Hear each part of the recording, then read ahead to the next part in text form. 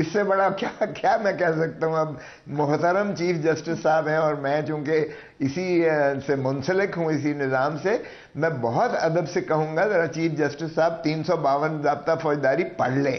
اس میں open trial ہے. دنیا کی ذرا کہیں بھی دیکھ لیں, جیل ٹرائل ایک سیکریٹو ہوتا ہے. وہاں نہ آپ میڈیا والے جا سکتے ہو, نہ پبلک کی رسائی ہو سکتی ہے, نہ عام وکلاء کی رسائی ہو سکتی ہے.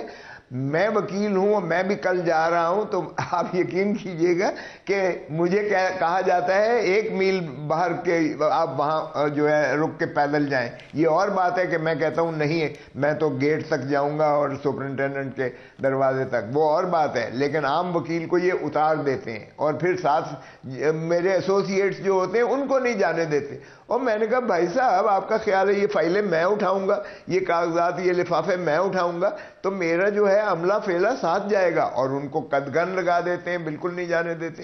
پھر یہ چھوٹا دروازہ کھولتے ہیں تاکہ آپ سر جھکا کے اندر جائیں. تو میں کہتا ہوں بھائی صاحب میں آپ کا کوئی ملزم یا مجرم نہیں ہوں, آپ کا قیدی نہیں ہوں, اس لیے انصاف کے آگے میں صرف اللہ کے آگے جھکتا ہوں.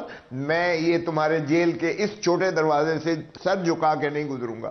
تو مجھے خود ہر دفعہ جو ہے وہ یعنی آپ اندازہ کریں کہ جھگڑا کر کے لڑائی کر کے تو پھر اندر جانے کا گیٹ کھولتے ہیں تو پھر میں جاتا ہوں, کیونکہ میں جو ایک ایکسکیوز ہے یا ریزن ہے, ریزن وہ یہ ہے کہ خود ہی کہتی رہی ہے پی ٹی آئی, اور خود بات کتنے جلسوں میں کی ہے پی ٹی آئی چیئرمین نے کہ ان کی جان کو خطرہ ہے. دیکھیں ایک بات میں اس کا ذرا تسلسل پہ جاری رکھوں. میں اپنا وکالت کے پیشے کو کسی انداز سے سرنگون نہیں ہونے دوں گا. یہ میرے پیشے کا تقدس اسی چیز کا متقاضی ہے کہ مجھے عزت اور احترام سے جو ہے عدالت تک رسائی ہو اور میری رسپیکٹ ہو. یہ کالے کوٹ کی رسپیکٹ, میری ذات کا اس سے مسئلہ نہیں ہے. اور دوسری بات جو آپ نے کہی کہ جی ان کی جان کو خطرہ ہے, تو بھائی پھر سارے ہی جیل ٹرائل کر دو نا, پھر کیا ضرورت ہے اوپن کورٹس لگانے کی.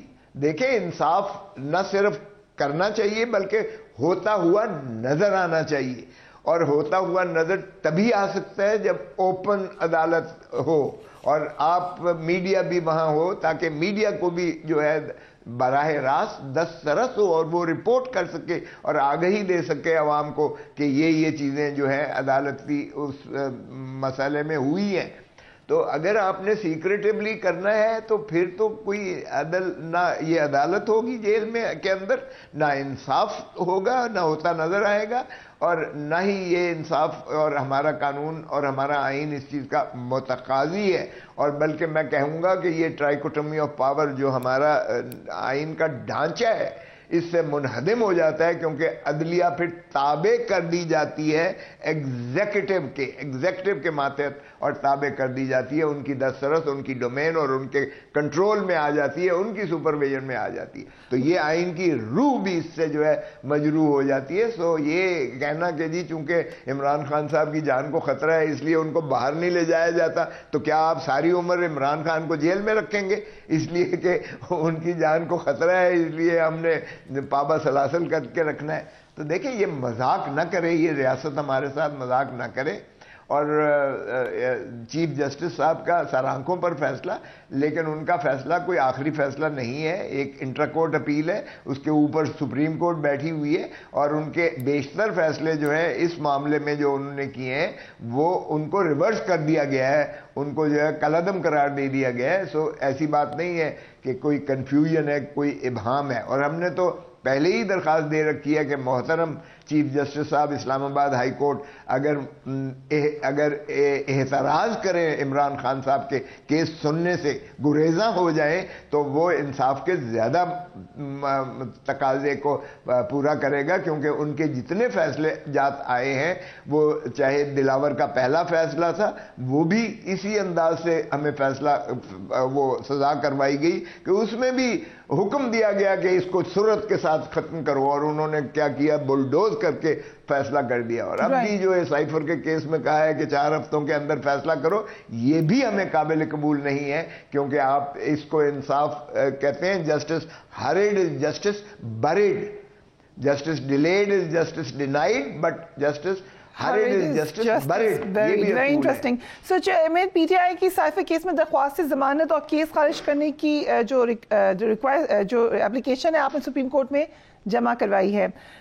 22 نومبر کو اس کی سماعت ہے. میرا ایک جنرل تاثر ہے کہ جیل میں ہی ہوں گے P T I chairman election تک. سو آپ کو کتنی امید ہے اس میں ریلیف ملنے کی؟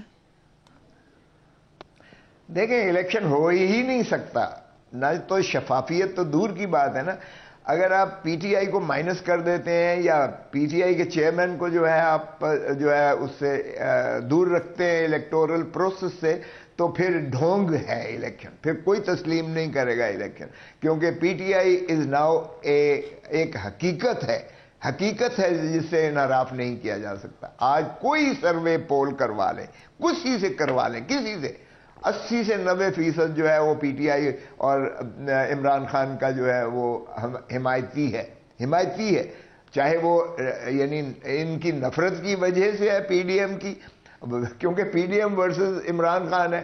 دوسری طرف تو ساری جماعتیں ماشاءاللہ حکومت کا حصہ تھیں جنہوں نے تباہی کی ہے پاکستان کی. کیا منہ لے کر جائیں گے؟ اور آپ نے دیکھا جھنگ میں جو بھروانا کے جو ہوا، وہ ووٹ مانگنے ماشاءاللہ گئے تھے، اور انہوں نے جب کوئی تھوڑا سا دیکھا کہ ہے تو پھر انہوں نے کہا تم ووٹ بھلے دو یا نہ دو، میرا جیتنا تو طے ہو چکا ہے. تو انہوں نے وہ پٹائی کی کہ آپ کے میڈیا سارے نے دکھایا.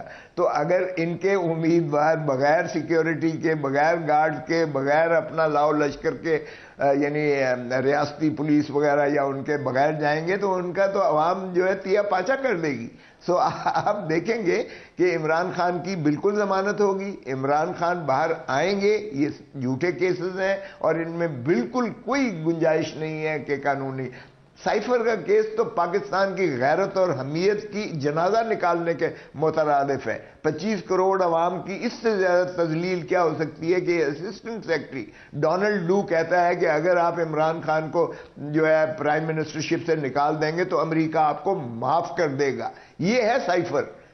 اور یہ بھٹو کی ہی طرح، بھٹو کو جو ہینری کسنگر نے کہا تھا کہ تم بھٹو باز آ جاؤ، ایٹم بم بنانا بند کر دو، وگرنہ تمہیں عبرت کا نشان بنائیں گے، عبرت کا نشان. اور بھٹو نے یہ جو ہے راجہ بازار میں پنڈی میں وہ لہرا کے عوام کو، پاکستان کے عوام کو جو ہے اعتماد میں لیا تھا کہ یہ دیکھو امریکہ ہمیں حکم دے رہا ہے کہ ایٹم بم مت بناؤ، اور پاکستان کی ساری قوم نے لبیک کہہ کر کہا کہ بالکل ہونا چاہیے. اور یہاں بھی اگر ایبسولیوٹلی ناٹ عمران خان نے کہا امریکہ کی غلامی سے انکار کر دیا، تو ہم نے ڈونلڈ لو کی غلامی میں جو ہے نہ صرف انہیں چلتا کیا پرائم منسٹرشپ سے، بلکہ ان کو پابا سلاسل کیا. اب تو یہ ثابت ہو گیا کہ یہ سازشی طور پر عمران خان کو نکالا گیا، کیونکہ جب امریکن امبیسڈر جا کر محترم نواز شریف صاحب کو ملتا ہے، اور جو کہ ابھی تک سزا یافتہ ہے، ابھی تک کانوکٹ ہے، دنیا کی کسی تاریخ میں مجھے بتا دے کہ کوئی امبیسڈر جا کے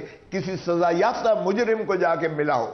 اور یہاں جو ہے امریکہ ہی نہیں بلکہ برطانیہ کا امبیسڈر جا کے ملتا ہے.